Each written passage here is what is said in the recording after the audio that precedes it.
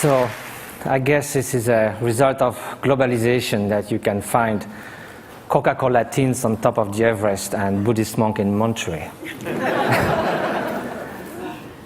And so I just came 2 days ago from the Himalayas to your kind invitation, so I would like to invite you also for a while to the Himalayas themselves. And to show the place where meditators like me, who began with being a molecular biologist in Pasteur Institute and found their way to the mountains. So these are a few images I was lucky to take and be there. This is the Mount Kailash in eastern Tibet, wonderful setting. This is from Marlborough country.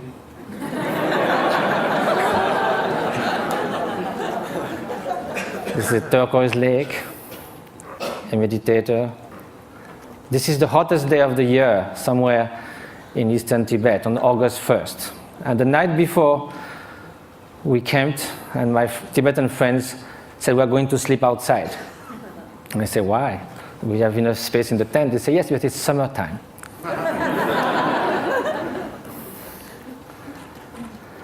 So now we are going to speak of happiness.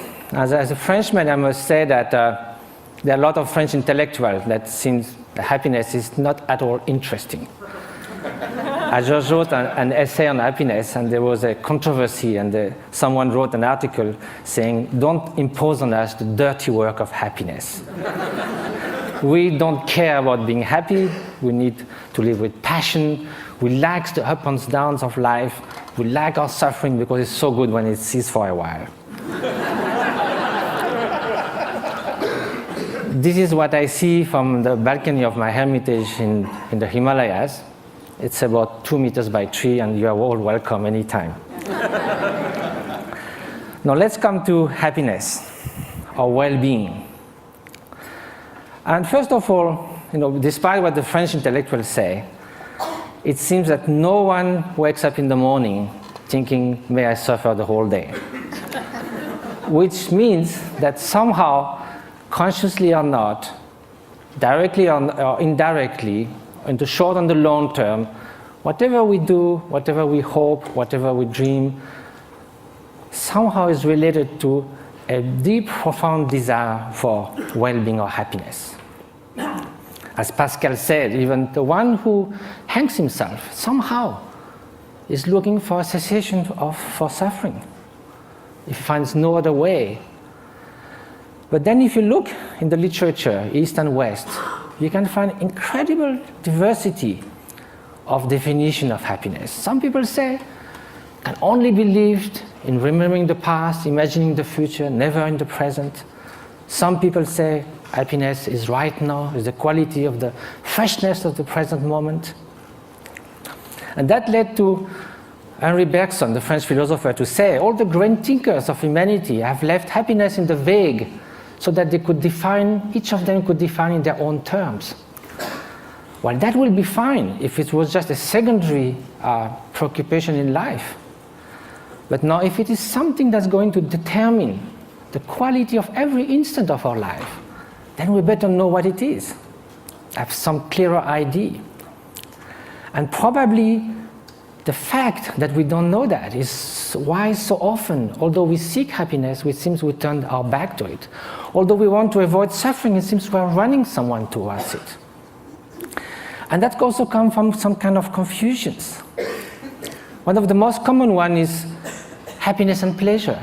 But if we look at the characteristic of those two, pleasure is contingent upon time, upon its object, upon the place.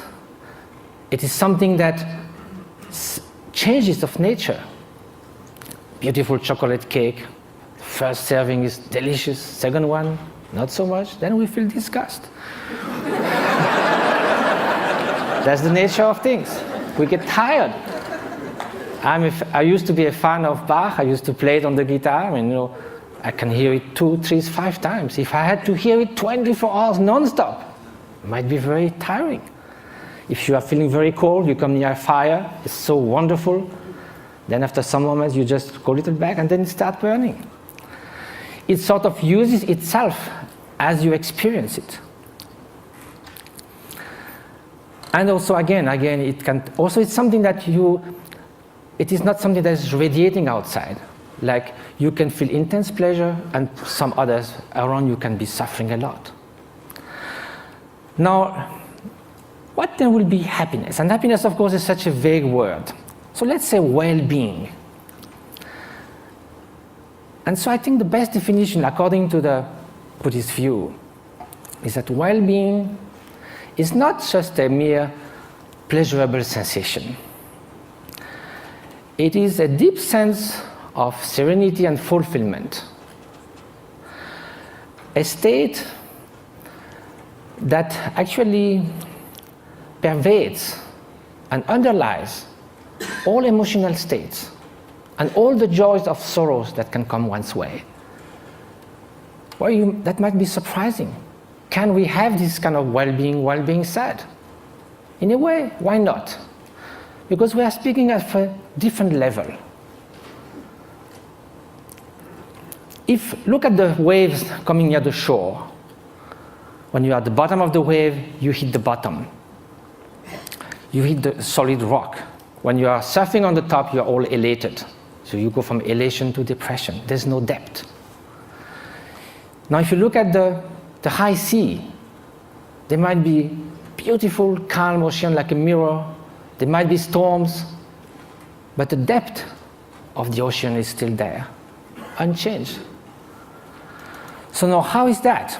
It can only be a state of being, not just a fleeting emotion, sensation, even joy that can be the spring of happiness. But there's also wicked joy. You can rejoice in someone's suffering.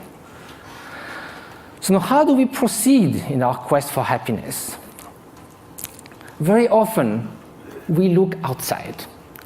We think that if we could gather this and that, all the conditions, something like we say, everything to be happy. To have everything to be happy, that very sentence already bears the doom of destruction of happiness. To have everything. If we miss something, it collapses. And also when things go wrong, we're trying to fix things outside so much. But our control on the outer world is limited, temporary, and often illusory. So now look at the inner conditions. Aren't it stronger? Isn't it the mind that translates the outer condition into happiness and suffering? And isn't that stronger? We know by experience that we can be in what we call a little paradise and yet be completely unhappy within. The Dalai Lama was once in Portugal and there was a lot of construction going on everywhere. So one evening he said, look, you are doing all these things, but isn't it nice also to build something within? And he said, unless that, even you get a high-tech flat on the 100th floor of a super modern and comfortable building, if you are deeply unhappy within, all you are going to look for is a window from which to jump. So now, at the opposite, we know a lot of people who in very difficult circumstances manage to keep serenity, inner strength, inner freedom, confidence. So now if the inner conditions are stronger, of course the outer conditions do influence. And it's wonderful to live longer, healthier, to have access to information, education, to be able to travel, to have freedom. It's highly desirable. However, this is not enough. Those are just auxiliary help, conditions. The experience that translates everything is within the mind. So then when we ask oneself how to nurture the conditions for happiness, the inner conditions, and which are those which will undermine happiness. So then this needs to have some experience. We have to know from ourselves there are certain states of mind that are conducing to this flourishing, to this well-being, what the Greek call eudaimonia, flourishing. And there are some which are adverse to this well-being. And so if we look from our own experience, anger, hatred, jealousy, arrogance, obsessive desire, strong grasping, they don't leave us in such a good state after we have experienced it. and also they are detrimental to others' happiness. So we may consider that the more those are invading our mind and like a chain reaction, the more we will feel miserable, we'll feel tormented. At the opposite, everyone knows deep within that an act of selfish generosity, if from the distance, without anyone knowing anything about it, we could save a child's life, make someone happy. We don't need a recognition. We don't need any gratitude. Just the mere fact of doing that feels such a sense of adequation with our deep nature. And we would like to be like that all the time. So is that possible? To change our way of being, to transform one's mind? Are those negative emotions or destructive emotions inherent to the nature of mind? Is a change possible in our emotions, in our traits, in our moods? So for that we have to ask, what is the nature of mind?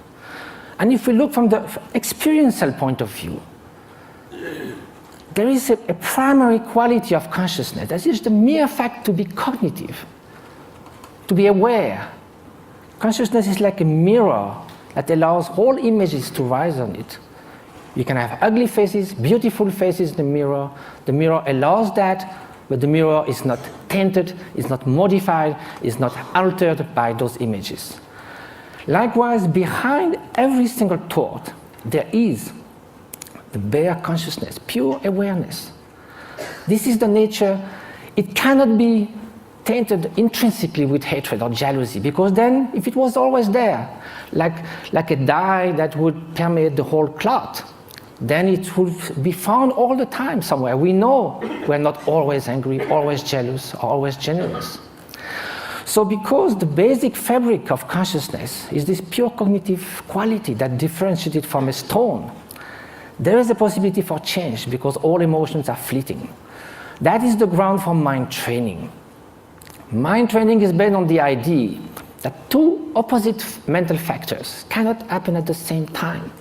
You could go from love to hate, but you cannot at the same time, toward the same object, the same person, want to harm and want to do good. You cannot in the same gesture shake hand and give a blow. So there are natural antidotes to emotions that are destructive to our inner well-being. So that's a way to proceed. Rejoicing compared to jealousy, a kind of sense of inner freedom as opposite to intense grasping and obsession, benevolence, loving kindness against hatred. But of course, each emotion then would need a particular antidote. Another way is to try to find a general antidote to all emotions. And that's by looking at their very nature.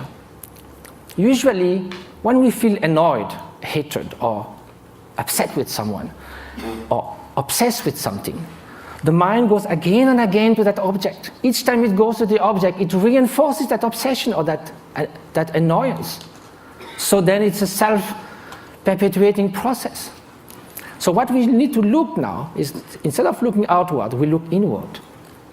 Look at anger itself. It looks very menacing, like a billowing monsoon cloud, thunderstorm. But we think we could sit on the cloud, but if we go there, it's just mist. Likewise, if you look at the thought of anger, it will vanish like frost under the morning sun. If you do this again and again, the propensity, the tendencies for anger to arise again will be less and less each time you dissolved it. And at the end, although it may arise, it will just cross the mind like a bird crossing the sky without leaving any track.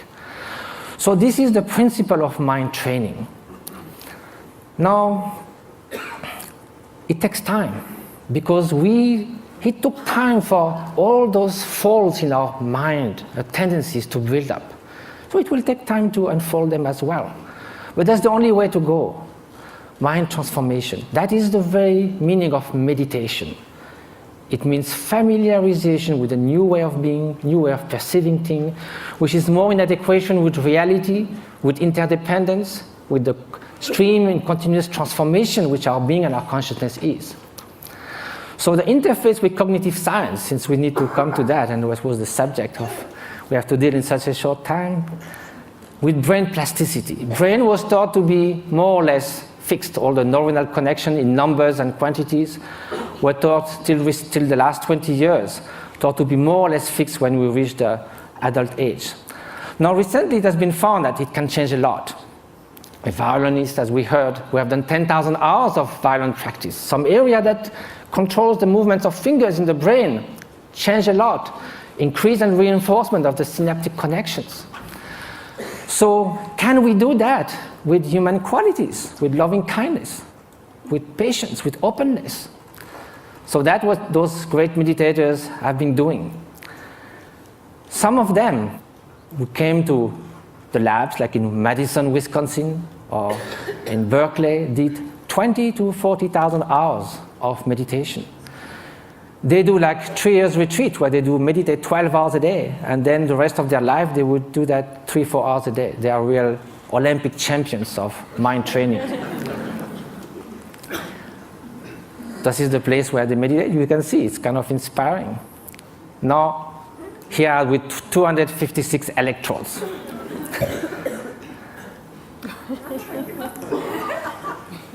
So what did they find? Of course, same thing, the scientific embargo. A paper has been submitted to Nature. Hopefully it will be accepted. It deals with the state of compassion, unconditional compassion. We ask meditators who have been doing that for years and years and years to put their mind in a state where there's nothing but loving kindness, total availability to sentient being. Of course, during the training, we do that with objects. We think of people suffering, we think of people we love, but at some point it can be a state which is all-pervading. Here's the preliminary result, which I can show because it's already been shown. The bell curve shows 150 controls. And what is being looked at is the difference between the right and the left frontal lobe. In very short, people who have more activity on the right side of the prefrontal cortex are more depressed, withdrawn, they don't describe a lot of positive affect. It's the opposite on the left side, more tendency to altruism, to happiness, to express, and curiosity, and so forth. So there's a basic line for people, and also it can be changed. If you see a comic movie, you go more to the left side. If you are happy about something, you go more to the left side. If you have a bout of depression, you go to the right side. Here, the minus 0.5 is a 4 standard deviation of a meditator who meditates on compassion. It's something that is totally out of the bell curve. So I have no time to go into all the different scientific results. Hopefully they will come. But they found that this is after 3.5 hours in a fMRI. It's like coming out of a space ship. Also, it has been shown in other labs, for instance, Paul Ekman's labs in Berkeley, that some meditators are able also to control their emotional response more than it could be taught. Like the startle experiments, for instance. If you sit a guy on a chair with all this kind of apparatus measuring your physiology, and there's kind of a bomb that goes off. It's a so instinctive response that in 20 years, they never saw anyone who would not jump. Some meditators, without trying to stop it, but simply by being completely open, thinking that bang is just going to be just a small event, like a shooting stars, they're able not to move at all. So the whole point of that is not sort of to make like a circus thing of showing exceptional beings who can jump or whatever. It's more to say that mind training matters. That this is not just a luxury, this is not a supplementary vitamin for the soul. This is something that's going to determine the quality of every instant of our life. We are ready to spend 50 years achieving education. We love to do jogging, fitness. We do all kinds of things to remain beautiful. Yet, we spend surprisingly little time taking care of what matters most, the way our mind functions, which again is the ultimate thing that determines the quality of our experience. Now, compassion should also be put in action.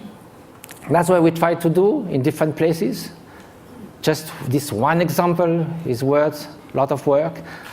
This lady with bone TV left alone in a tent was going to die with her only daughter. 1 year later, how she is. Different schools and clinics we've been doing in Tibet. And just I leave you with the beauty of those looks that tells more about happiness that I could ever say. And jumping monks of Tibet, the flying monks.